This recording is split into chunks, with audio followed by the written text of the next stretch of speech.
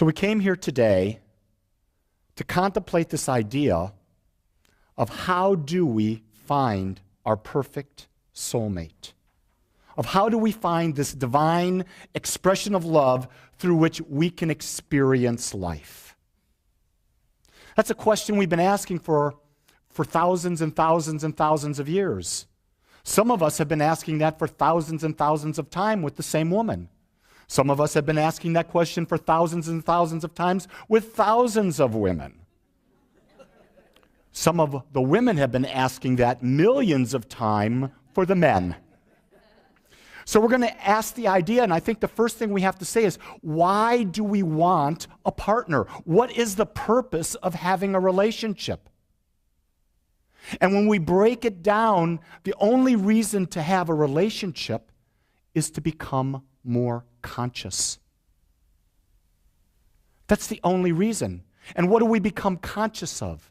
We become conscious of the aspect that we are in life, the ability to experience life in its allness, to be able to create a life that is beyond our dreams, beyond our visions, so that we are expanding the very essence of God that we are.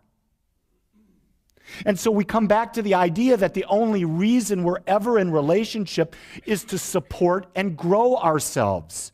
And as we are being supported and as we are growing, we support and grow others. The key thing is that when we're looking for this partner, we're looking for this person to dance with, we get the choice.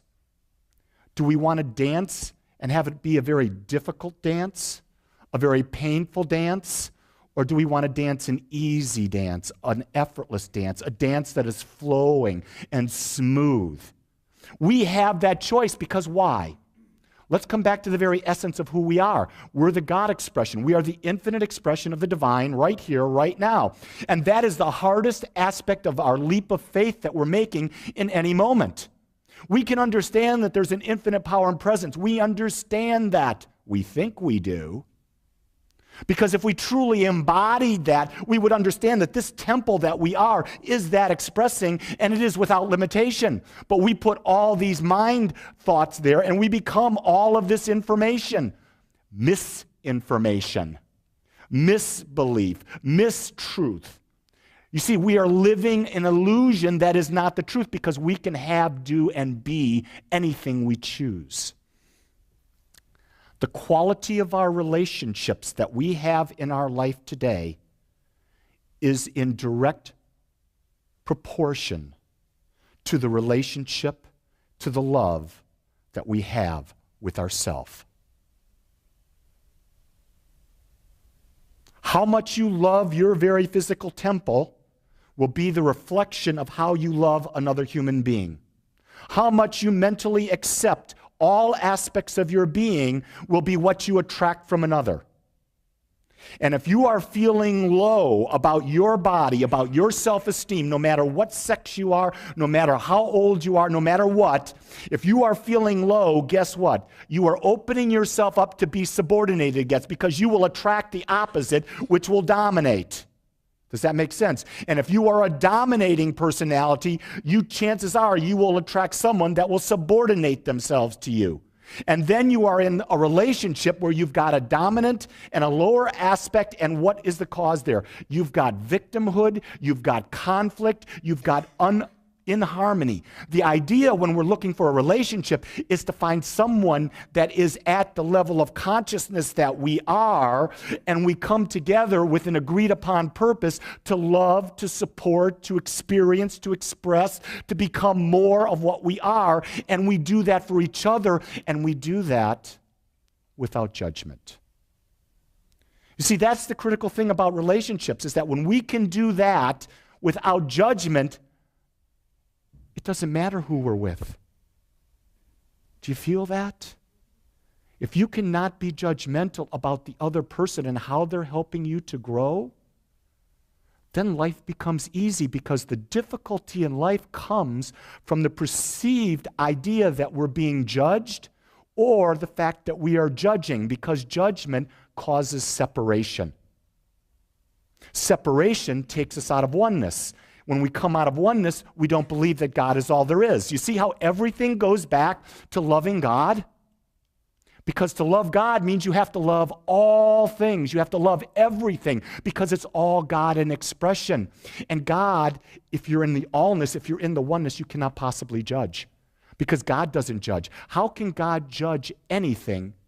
Because in order to judge, there would mean there would be something outside of God that God could use to judge itself against. And you see, being infinite, there's nothing outside of it. In our microcosm of our expression and our experience, we think we are separate. Therefore, we form I guess it's called our God-given right to judge. But you see, our God-given right is to come back to the oneness. That's where we go. So,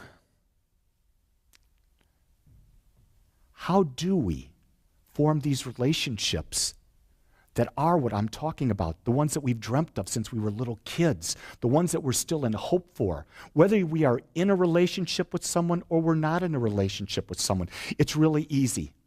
The reason we haven't, to this point, is we've not developed a clear mental image of what that relationship is. If we have a clear mental image of what that relationship is, it will be in our life. Because to have a clear mental image of anything means that every cell of our body, every cell of our being, every awakened part of our mind knows what that image is. And because of that, we become this vortex. We become this attraction, that atmosphere that must bring that into our life. And so relationships are perfect because they mirror back to us what's in our consciousness. So if the relationships we are having right now are not what we want, then we go within and say, what am I projecting into the universe that's drawing me that which gives me the opportunity to choose something more? You see, there's no wrong relationship or right relationship. There's just relationships. The other thing is that why we don't have it is because we may have a vision of what it is, but we haven't gone and become in alignment with it. We're not in alignment. We're not projecting the energy that could attract that to us. If we're looking for, in the case of a man, if he's looking for a woman who's not going to judge him, then he must become non-judgmental. If he's looking for someone who gives him freedom to be his unique and perfect self, then he's got to give freedom to his partner. You see how that works? It's really an easy flow that happens. And we're not taught that. So I want to give you all a do-over. Because until you know, you can let go. You can be easy on yourself.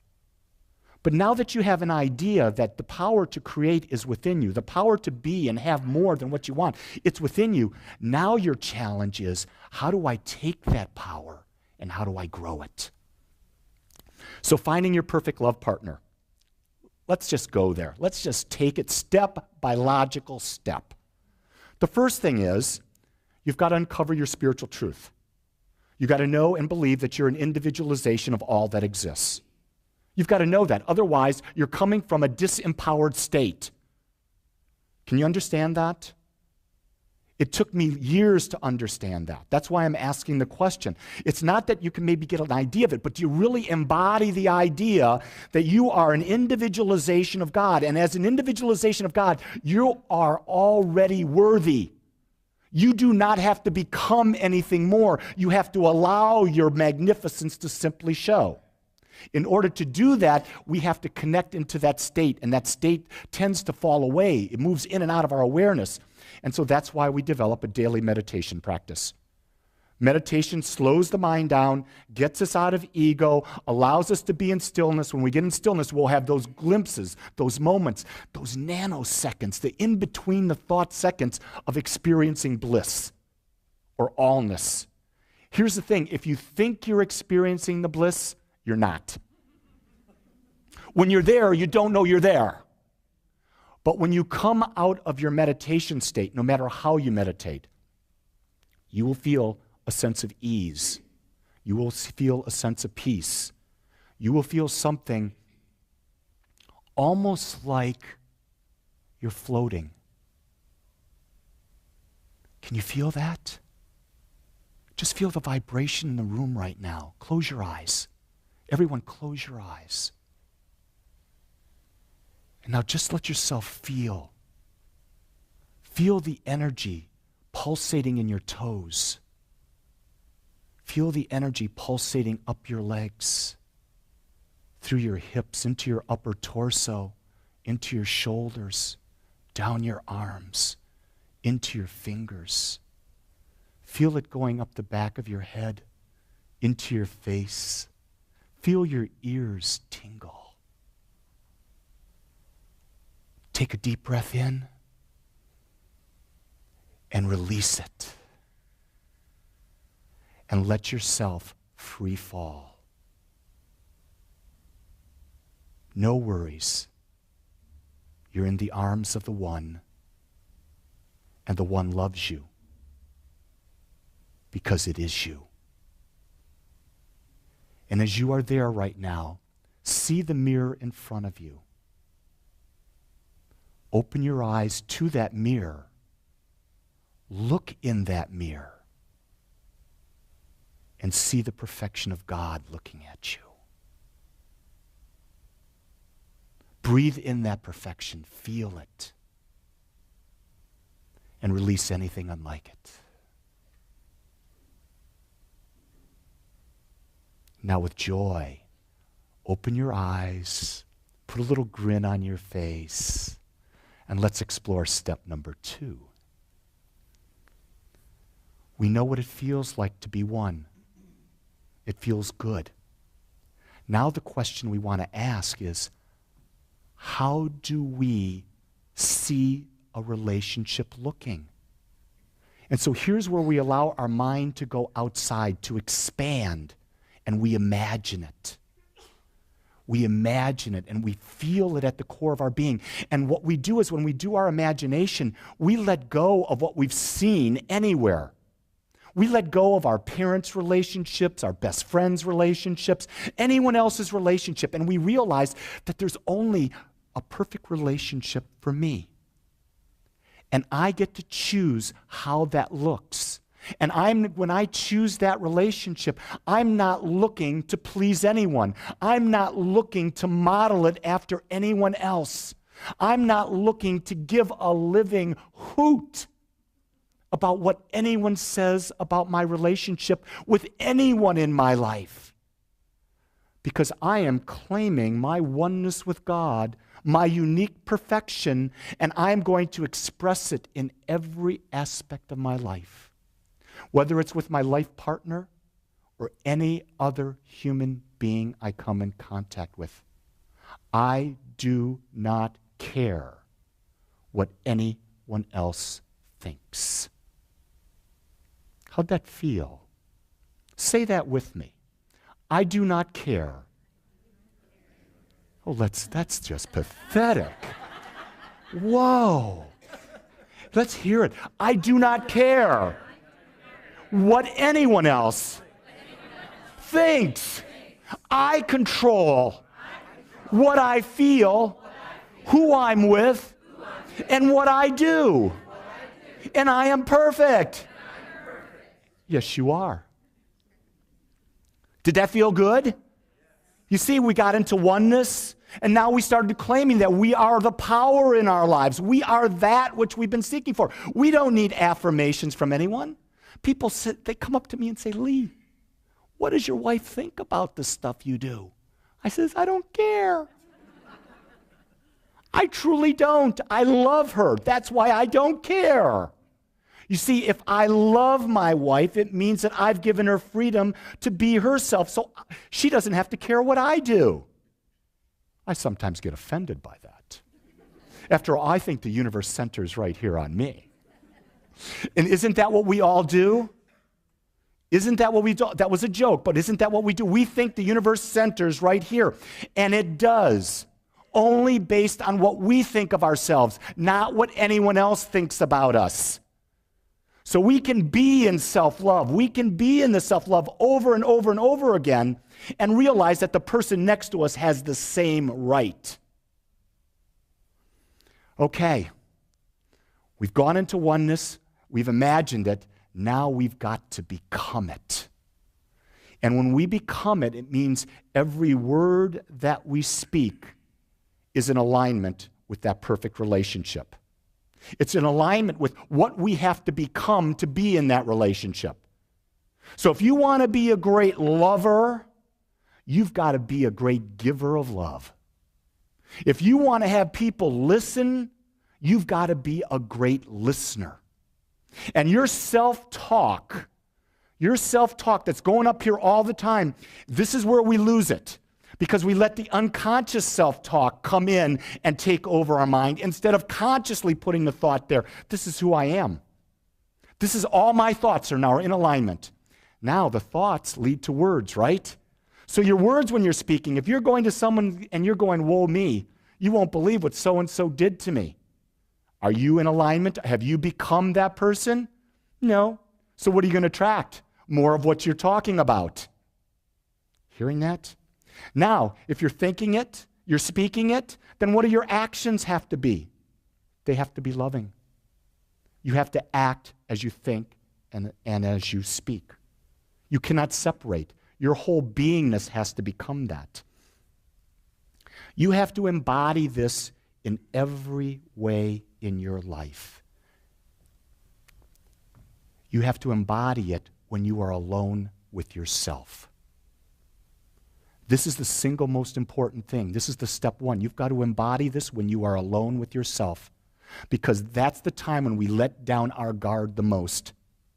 That's the time when it's okay, we feel, to have that pity party. And if you're having that pity party and you cannot get out of it, you call a friend who you know will see your truth. You call a practitioner. You call a minister. You call someone who will take you out of that state and say, stop, I'm not listening to that crap. Because that's exactly what it is. It's CRAP. I don't have an acronym for that, but I'll come up with one later. DeMartini's real good at how he does that. I haven't perfected that art yet.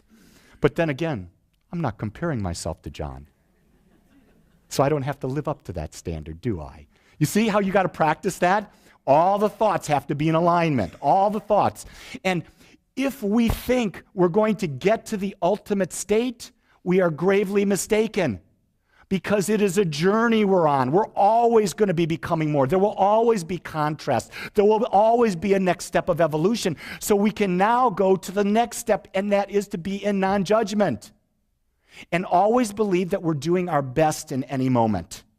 And if we believe that, then we say, yeah, I was in this horrific situation, and this is what I did. Yeah, but that was the best I could do.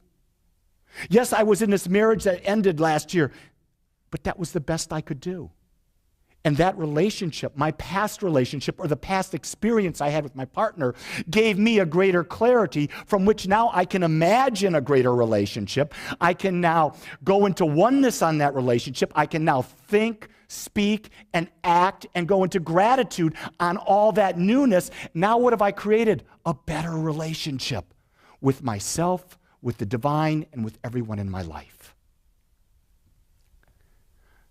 This idea that we have to find our perfect mate is just BS. The key thing is we have to allow our perfect mate. When you are vibrating and you've done all the work, when you've got into oneness, you've imagined it, you speak it, think it, act from it, you're grateful for it, you've forgiven all the past, you are putting out an energy. And when you put out that energy, it will only attract that which is like it. You see, and when we allow,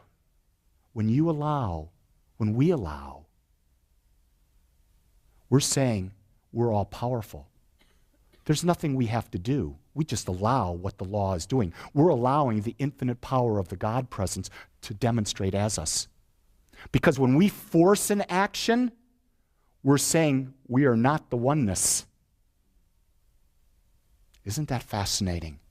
We think we have to force things to happen so many of the times when all we have to do is become love and allow that love to draw to us that which we're seeking. The key thing about relationships, let's go back to this idea. They're here to make us more conscious. Their purpose is to help us grow and to support us and for us to help others grow and for us to support them. But here's the key. We get to choose how we experience it. We get to choose. I choose joy. Everything I do, I choose to do it in joy. I choose to do it easily. I choose to do it effortlessly. And I choose to continually do it for the rest of my eternal life. Because what I understand is that I am an infinite expression, and I will always be becoming more. And in that, I welcome the challenge. I welcome the newness. I welcome the contrast, because in it, I, you, we get to shine.